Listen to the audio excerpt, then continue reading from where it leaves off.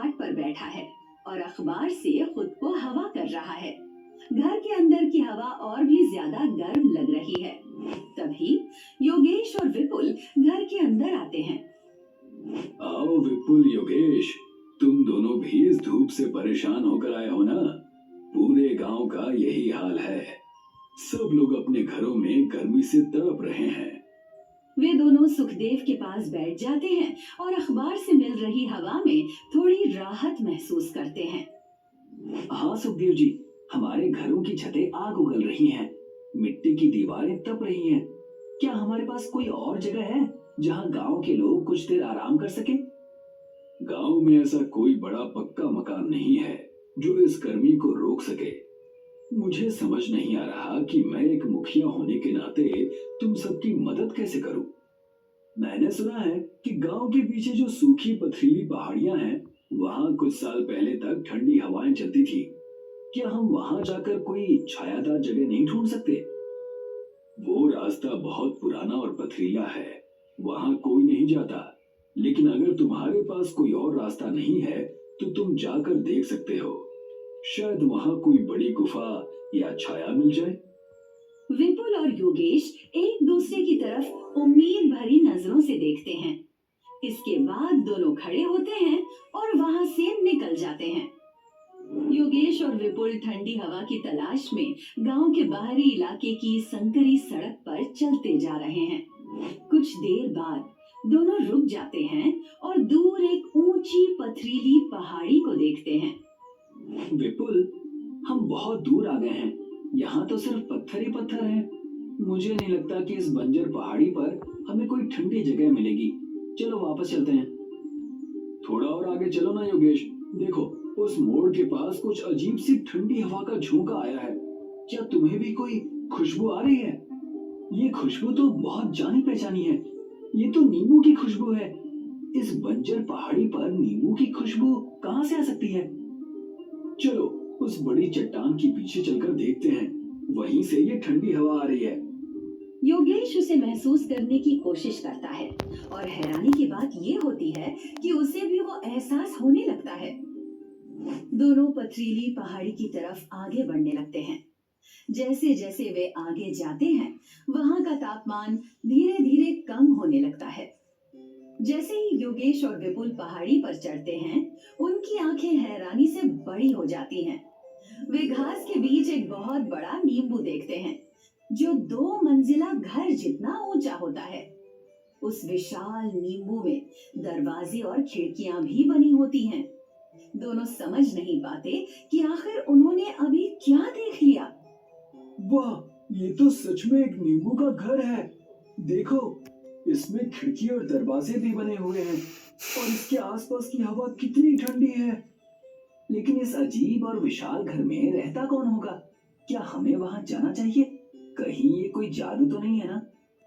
जादू हो या ना हो, लेकिन इस गर्मी में ये जगह किसी स्वर्ग जैसी है। चलो पास जाकर देखते हैं, डरने की कोई बात नहीं है।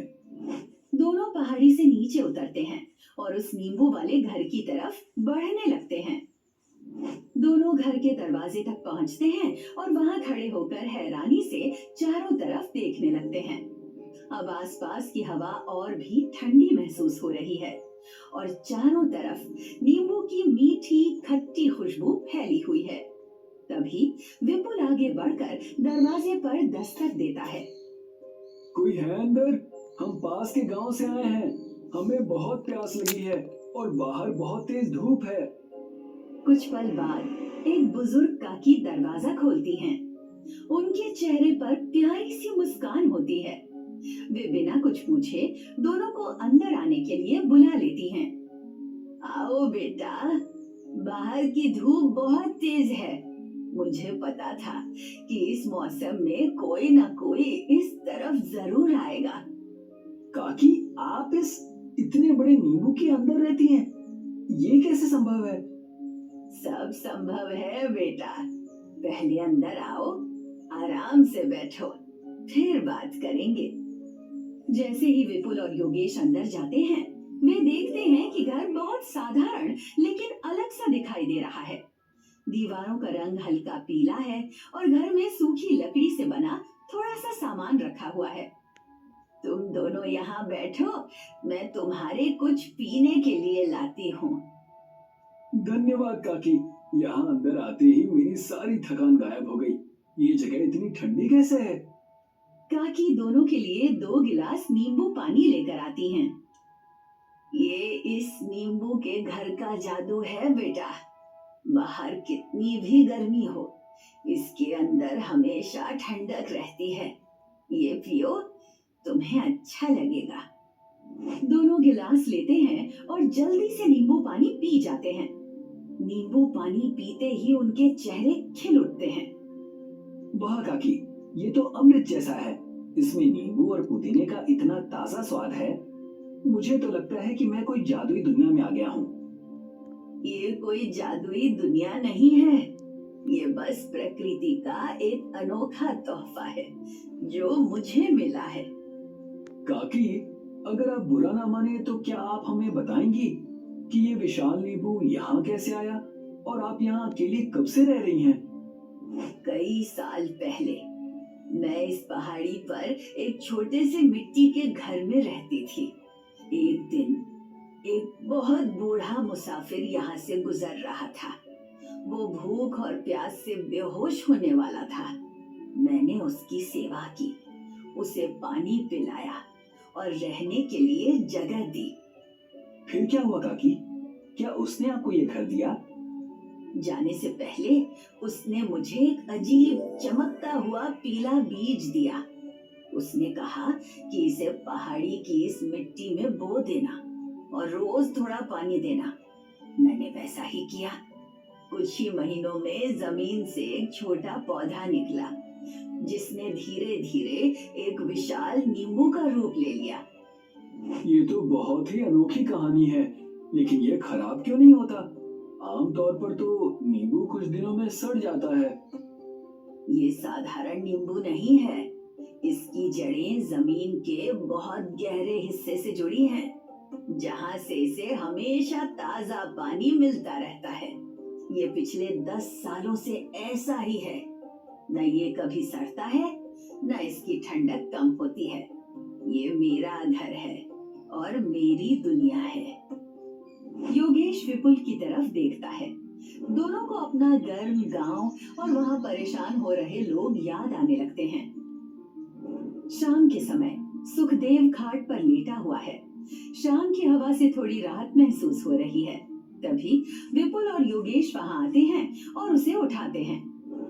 तुम दोनों वापस आ गए और तुम दोनों के चेहरे पर इतनी चमक क्यों है? सुखदेव जी, हमें वहाँ एक चमत्कार मिला है। पहाड़ी के पीछे एक बहुत बड़ा नींबू का घर है। नींबू का घर? तुम दोनों का दिमाग इस गर्मी के कारण खराब हो गया है क्या? विपुल सच कह रहा है। उस विशाल नींबू के अंदर इतनी ठंडक है कि आपको लगेगा ही नहीं कि बाहर इतनी भयानक धूप है। अगर तुम दोनों सच कह रहे हो तो मुझे भी कल सुबह वहां ले चलना।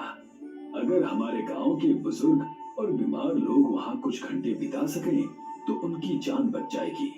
विपुल और योगेश उसकी बात मान लेते हैं। अगले दिन सुखदेव, योगेश और विपुल के साथ काकी के नींबू वाले घर पहुंचता है। काकी मुस्कुराते हुए उनका स्वागत करती हैं। विपुल और योगेश ने मुझे आपके बारे में कल ही बता दिया था। आपका मेरे घर में स्वागत है। अपने सामने ऐसा अनोखा घर देखकर सुखदेव हैरान रह जाता है। वो घर की ठंडी पीली दीवारों को छूता है और तुरंत अपने शरीर की गर्मी कम होती हुई महसूस करता है। प्रणाम काकी, मुझे माफ करना। पहले मुझे इनकी बातों पर विश्वास नहीं हुआ था, लेकिन ये जगह तो सच में अद्भुत है। हमारा पूरा गांव इस समय भयंकर गर्मी से जूझ रहा है। मुझे पता है बेटा, प्रकृति ने मुझे ये बड़ा घर अकेले रहने के लिए नहीं दिया है। जब भी गांव में ज्यादा गर्मी हो, आप बच्चों, बुजुर्गों और बीमार लोगों को यहाँ भेज सकते हैं। यहाँ बहुत जगह है, सब आराम से बैठ सकते हैं। काकी, आप सचमुच बहुत दयालु हैं। हम दोपहर के समय कुछ लोगों को यहाँ लेकर आएंगे ताकि वो इस धूप से बच सकें। ये घर सबका है बेटा। जब तक ये गर्मी है, तब तक मेरा नींबू का घर आप सबके लिए खुला है। आओ, आज फिर से ठंडा रस पियो और थोड़ी देर यहाँ विश्राम करो। काकी का प्यार और अपनापन देखकर सभी के चेहरे खुशी से भर जाते हैं। अगले दिन से गांव के बुजुर्ग और बीमार लोग काकी के नींबू वाले घर आने लगते हैं। काकी सभी का प्यार से इलाज करती हैं। वे उन्हें जड़ी बूटियों से बनी प्राकृतिक दवाइयां भी देती हैं।